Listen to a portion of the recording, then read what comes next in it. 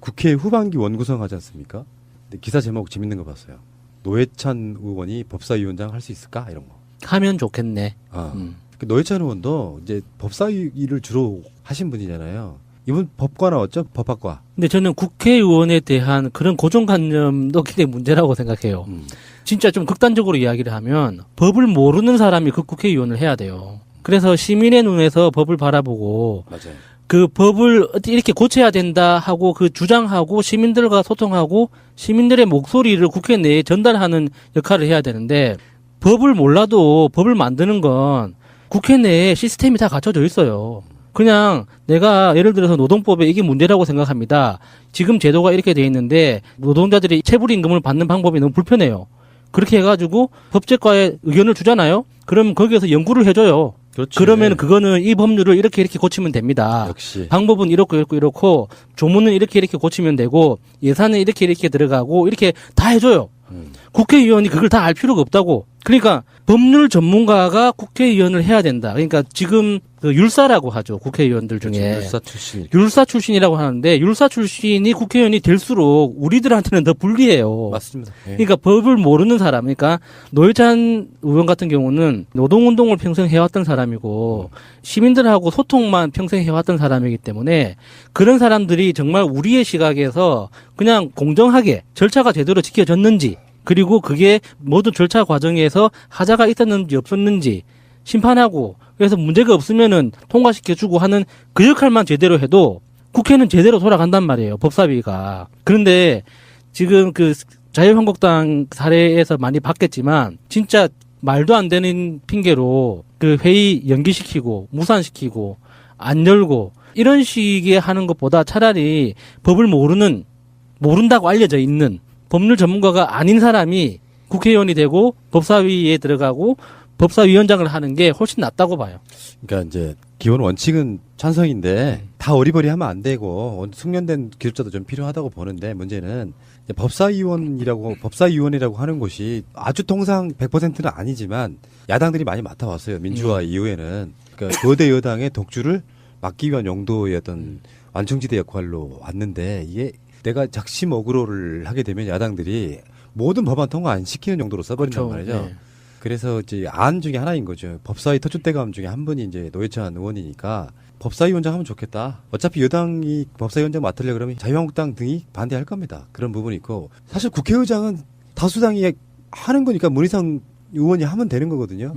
실질적으로 국회에서 가장 중요한 상임위가 법사위다 보니까 그래도 좀 말이 좀 통하는 사람 했으면 좋겠네. 얼마 전까지 권성동이 하고 있었던 거 아니에요. 강원랜드 취업비리 바로 그 양반. 범죄자가 법사위원장을 하고 있었죠. 그렇지.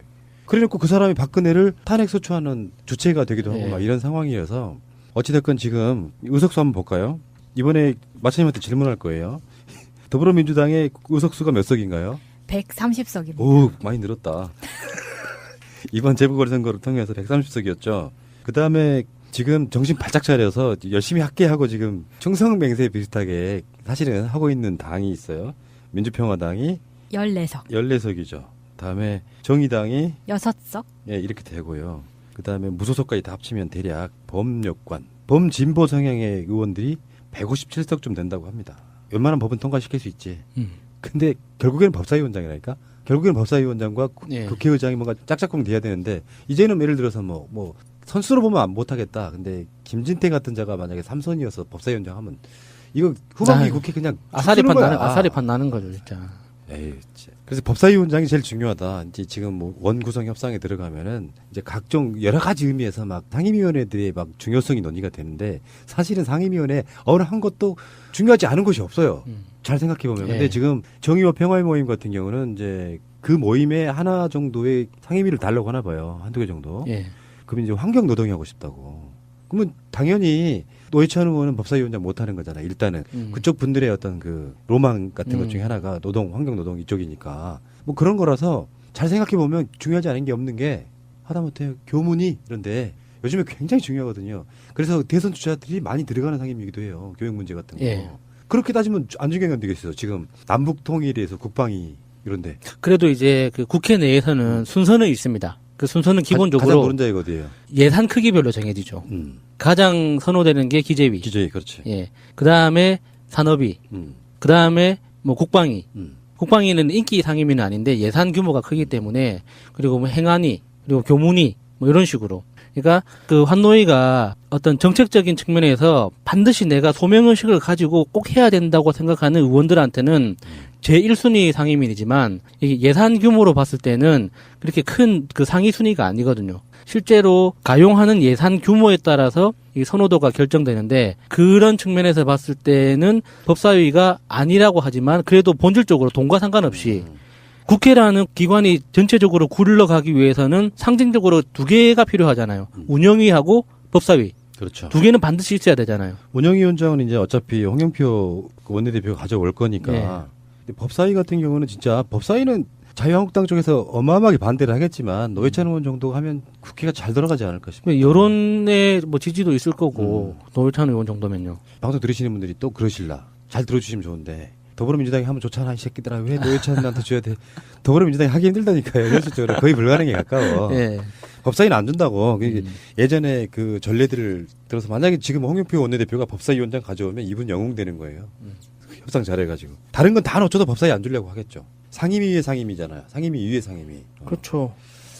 만약에 여러분들의 국회의원 한 재선 3선 상임위원장이 3선만 하는 건 아니고요. 특히 뭐 여성 관련한 뭐 상임위 같은 데는 재선 이야기도 합니다. 저번에 그 남윤순 의원이 그렇게 했는데 예. 여러분들이 국회의원이면 상임위원장 어디 하라 그러면 뭐 하시겠어요? 상임위원장 하면 좋구나라고 발견한 건 딱 하나밖에 없습니다. 특수활동비가 겁나 많이 나오거든요. 그거 말고는 상임위원장 해서 좋을 게 뭐가 있지. 제가 뭐 정치적 식견이 낮아서 그런지 모르겠는데 간사는 재밌어 보이더라고요. 간사는. 간사. 예, 간사는 재미있는데 위원장은 너무 머리 아파요, 진짜. 운영을 잘하기 위해서 상임위원장이 따로 있고 각 당에서 이제 간사 한 사람씩 이렇게 예. 대부분 다 여기 이제 원내 교섭단체가 돼야만 간사를 운영할 거예요 아마도. 예, 예. 이게 전쟁이더라고요. 그러니까 새로 이제 원 구성하는 데 있어가지고 상임위원장을 누가 어디를 가져가느냐, 몇 명이 가져가느냐.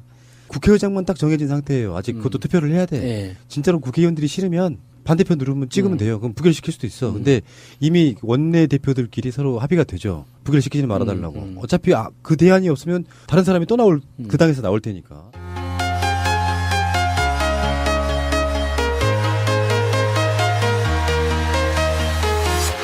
I'm walking alone, the streets are empty. 그런 측면에서 봤을 때는 법사위가 아니라고 하지만 그래도 본질적으로 돈과 상관없이 국회라는 기관이 전체적으로 굴러가기 위해서는 상징적으로 두 개가 필요하잖아요. 운영위하고 법사위. 그렇죠. 두 개는 반드시 있어야 되잖아요. 운영위원장은 이제 어차피 홍영표 원내대표가 가져올 거니까. 네. 근데 법사위 같은 경우는 진짜 법사위는 자유한국당 쪽에서 어마어마하게 반대를 하겠지만 노회찬 의원 정도 하면 국회가 잘 돌아가지 않을까 싶어요. 여론의 뭐 지지도 있을 거고 노회찬 의원 정도면요. 방송 들으시는 분들이 또 그러실라. 잘 들어주시면 좋은데 더불어민주당이 하면 좋잖아 이 새끼들아 왜 노회찬한테 줘야 돼. 더불어민주당이 하기 힘들다니까요. 현실적으로 거의 불가능에 가까워. 예. 법사위는 안 준다고. 예전에 그 전례들을 들어서 만약에 지금 홍영표 원내대표가 법사위원장 가져오면 이분 영웅되는 거예요. 협상 잘해가지고. 다른 건 다 어쩌다 법사위 안 주려고 하겠죠. 상임위 위에 상임위잖아요. 상임위 위에 상임위. 그렇죠.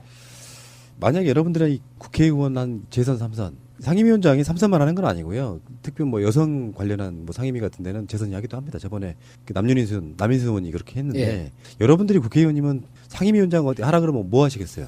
상임위원장 하면 좋구나라고 발견한 건 딱 하나밖에 없습니다.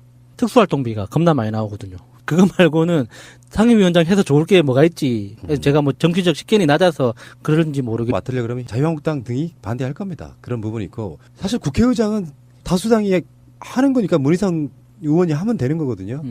실질적으로 국회에서 가장 중요한 상임위가 법사위다 보니까 그래도 좀 말이 좀 통하는 사람 했으면 좋겠네. 얼마 전까지 권성동이 하고 있었던 거 아니에요. 강원랜드 취업비리 바로 그 양반. 범죄자가 법사위원장을 하고 있었죠. 그렇지. 그래놓고 그 사람이 박근혜를 탄핵소추하는 주체가 되기도 하고 네. 막 이런 상황이어서 어찌됐건 지금 의석수 한번 볼까요? 이번에 마차님한테 질문할 거예요. 더불어민주당의 의석수가 몇 석인가요? 130석입니다. 오, 많이 늘었다. 이번 재보궐선거를 통해서 130석이었죠. 그 다음에 지금 정신 바짝 차려서 열심히 학계하고 지금 충성맹세 비슷하게 사실은 하고 있는 당이 있어요. 민주평화당이 14석. 14석이죠. 다음에 정의당이 6석. 예, 이렇게 되고요. 그 다음에 무소속까지 다 합치면 대략 범여권, 범진보 성향의 의원들이 157석쯤 된다고 합니다. 웬만한 법은 통과시킬 수 있지. 근데 결국에는 법사위원장이라니까. 결국에는 법사위원장과 예. 국회의장이 뭔가 짝짝꿍 돼야 되는데 이제는 예를 들어서 뭐 선수로 보면 못하겠다. 근데 김진태 같은 자가 만약에 3선이어서 법사위원장 하면 이거 후반기 아유, 국회 그냥 아사리판 나는 거죠, 진짜.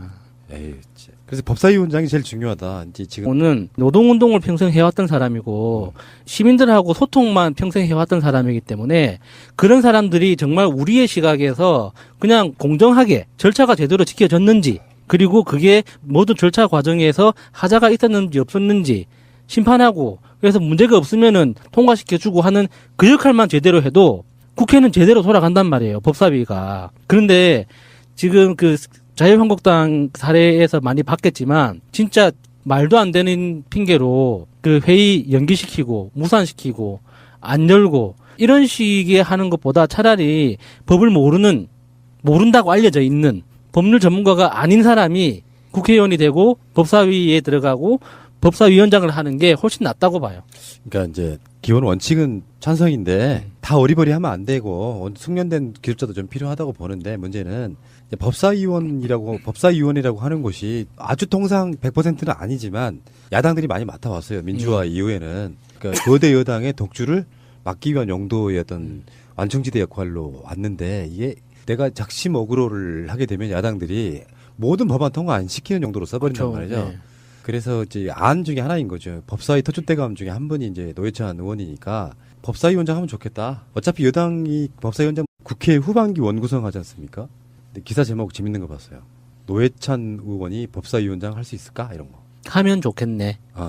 그 노회찬 의원도 이제 법사위 일을 주로 하신 분이잖아요. 이분 법과 나왔죠? 법학과. 근데 저는 국회의원에 대한 그런 고정관념도 굉장히 문제라고 생각해요.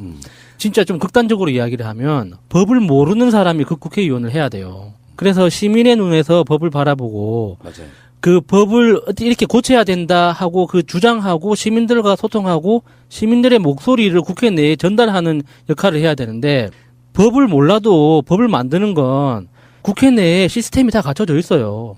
그냥 내가 예를 들어서 노동법에 이게 문제라고 생각합니다. 지금 제도가 이렇게 돼 있는데 노동자들이 체불임금을 받는 방법이 너무 불편해요.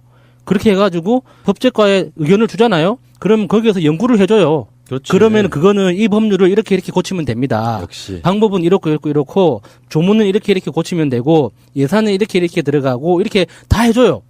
국회의원이 그걸 다 알 필요가 없다고. 그러니까 법률 전문가가 국회의원을 해야 된다. 그러니까 지금 그 율사라고 하죠. 국회의원들 중에. 그렇죠. 율사 출신. 율사 출신이라고 하는데 율사 출신이 국회의원이 될수록 우리들한테는 더 불리해요. 맞습니다. 예. 그러니까 법을 모르는 사람. 그러니까 노회찬 의원 같은 경우 뭐 원구성 협상에 들어가면은 이제 각종 여러 가지 의미에서 막 상임위원회들의 막 중요성이 논의가 되는데 사실은 상임위원회 어느 한 것도 중요하지 않은 것이 없어요.